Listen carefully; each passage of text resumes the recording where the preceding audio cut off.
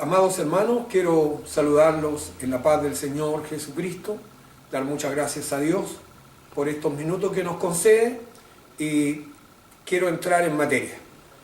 Hablábamos acerca de este reino de los cielos que nos anunció Juan el Bautista. Él vino para anunciar el reino de los cielos y a este reino de los cielos nosotros hemos sido convocados. Dios nos llamó y en el libro de Hebreos dice, ¿verdad?, que Él nos llamó con un llamamiento celestial.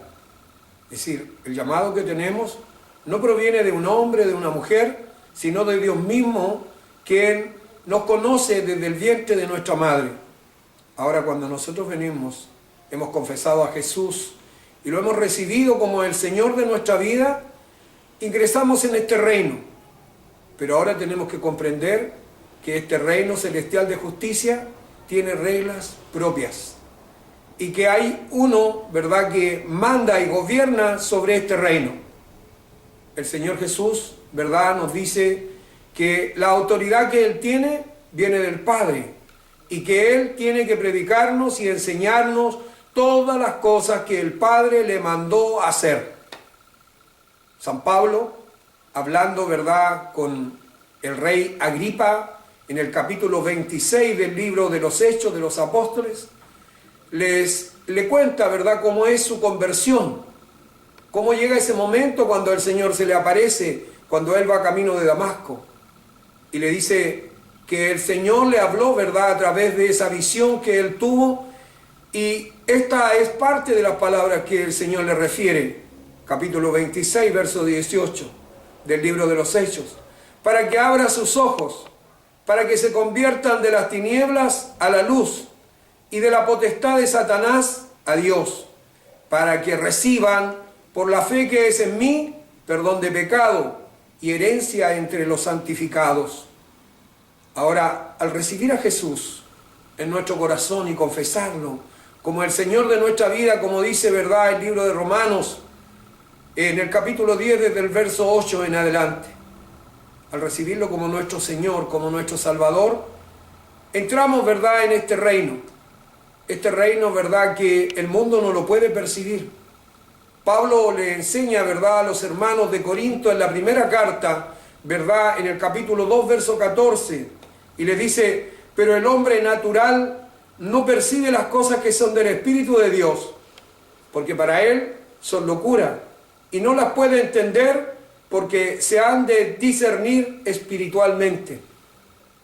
El hombre natural no percibe las cosas de Dios. El día que nosotros, ¿verdad?, recibimos a Jesús, dejamos de ser hombres naturales e ingresamos en este reino. Y desde ahora, ¿verdad?, nuestra vida va a ser distinta.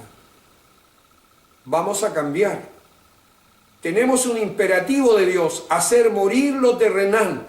Jesús dice, ¿verdad?, negándose a sí mismo, porque el que defiende su vida la perderá, pero aquel que la haya por causa de mí, éste la salvará.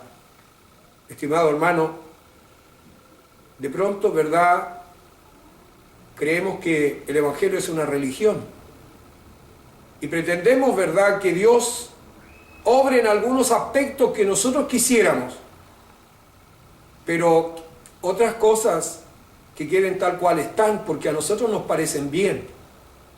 Pero si Dios nos llamó a su reino celestial de justicia, es para que entendamos que las cosas van a cambiar todas, todas.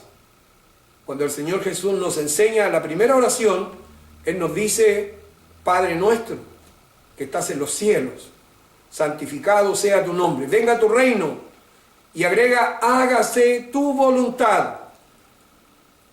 Es decir, no va a ser nuestra voluntad, va a ser la de Dios.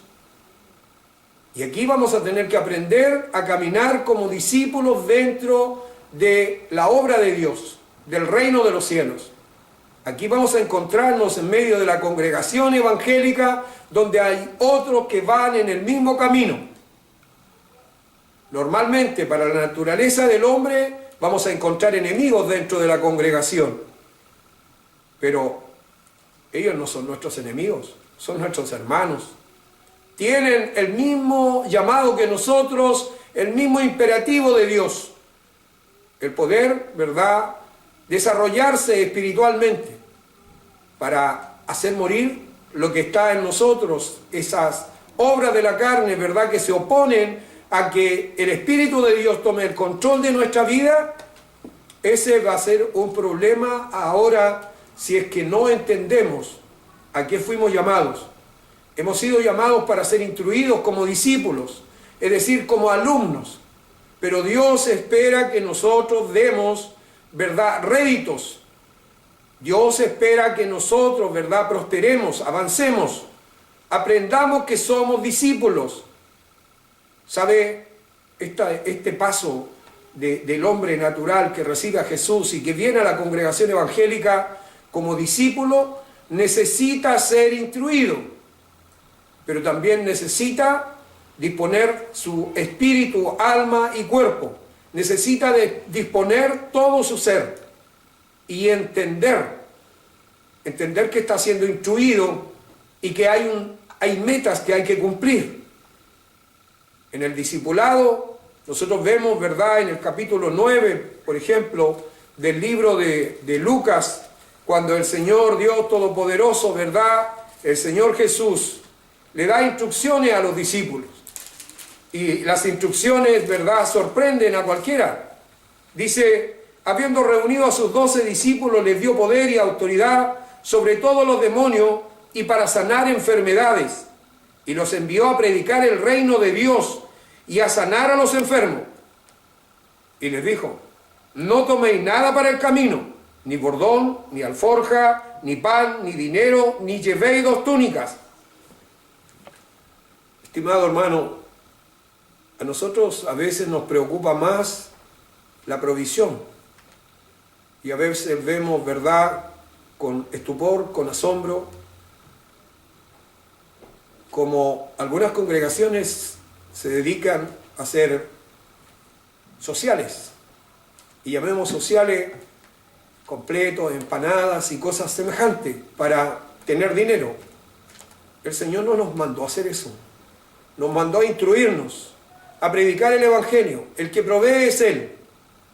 Y sabe, aquí es donde hay un problema que es muy serio y que se manifiesta. ¿Cuál es el problema serio que se manifiesta? Que si nosotros, ¿verdad?, queremos predominar frente a Dios, entonces nos vamos a constituir en carnales. Y el carnal, ¿verdad?, no va a prosperar en la vida espiritual, porque está mezclando lo santo de Dios con su propia voluntad. Está creyendo algunos aspectos de la doctrina y otros los está negando. Entonces, debemos de tener especial cuidado en que el discípulo sea sano. Y ser sano significa aceptar en su totalidad la palabra de Dios. Pablo, en su carta a los Corintios, ¿verdad?, les hace saber a los hermanos de Corintios, le dice en el capítulo 3, en la primera carta, de manera que yo, hermanos, no pude hablaros como a espirituales, sino como a carnales, como a niños en Cristo. Os di a beber leche y no vianda, porque aún no erais capaces, ni sois capaces todavía, porque aún sois carnales.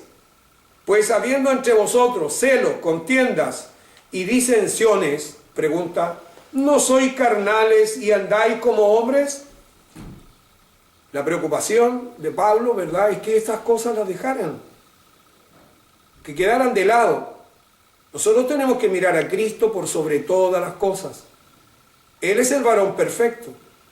A la estatura del varón perfecto debemos de aspirar todos. Indudablemente, ¿verdad?, que el discípulo, cuando recibe al Señor, también recibe el sello del Espíritu Santo, luego recibe el bautismo del Espíritu Santo, entonces hay señales que le siguen. Pero esto no nos debe llamar a confusión. Las señales que nos siguen, los milagros que se hacen, los hace uno solo, el Espíritu Santo de Dios que conduce a la iglesia de Cristo.